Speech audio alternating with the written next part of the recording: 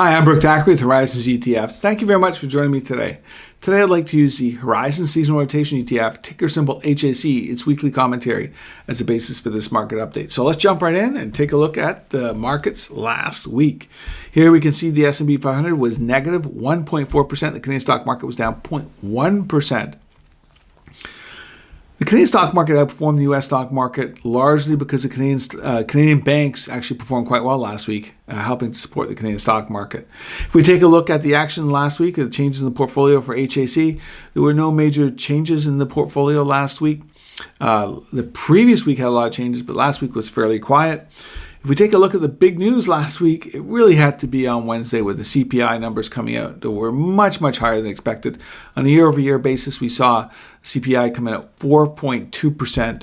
And on a month-over-month basis, we saw the CPI number come in at 0.8% higher, which is much higher than expectations. And Powell's been talking about inflation being transitory, but the media has been talking about inflation being part of this market. A lot of news coming out about inflation. And so when we saw these strong numbers come out last week, investors got quite concerned. If we take a look at the action of the S&P 500 on a daily basis last week, Monday was negative, Tuesday was negative. Here's Wednesday when the CPI number came out largely negative. Thursday, we did see an uptick for the S&P 500. Friday as well.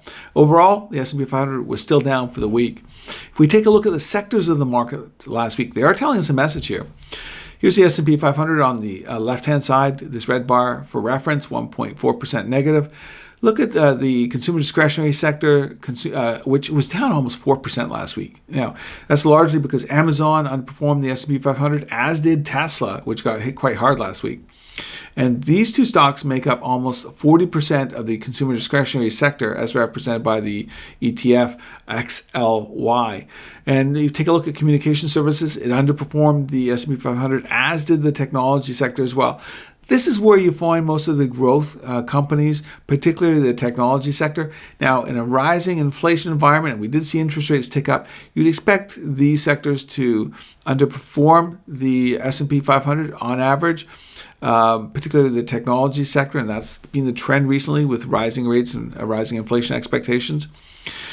But all the other major sectors of the market we saw outperform the S&P 500. And if we take a look at the cyclical sectors of the market, industrials, materials, energy, financials, and real estate, some people classify it as a cyclical and some as a defensive. It depends on the market, of course.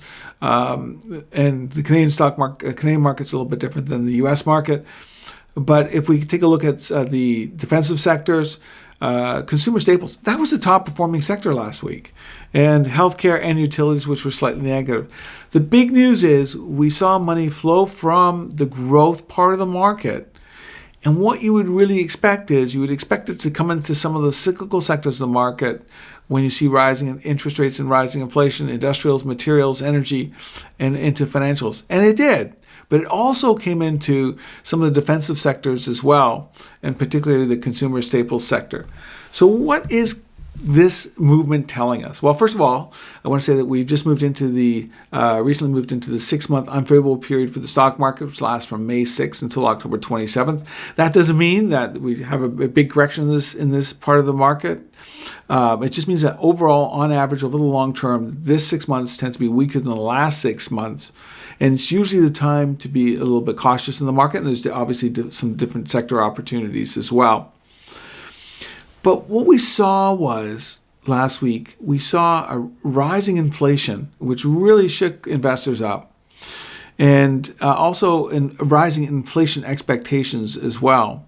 And the expectation, usually what would happen in this type of market is that the reflationary trade would kick in and you'd see some of the cyclical sectors outperform. Now, they did perform okay last week, but so did the defensive sectors. You know, consumer staples being the top performing sector last week and the other defensive sectors actually performing quite well relative to the S&P 500 is sending us a message. Investors are concerned right now about the overall market. Thank you.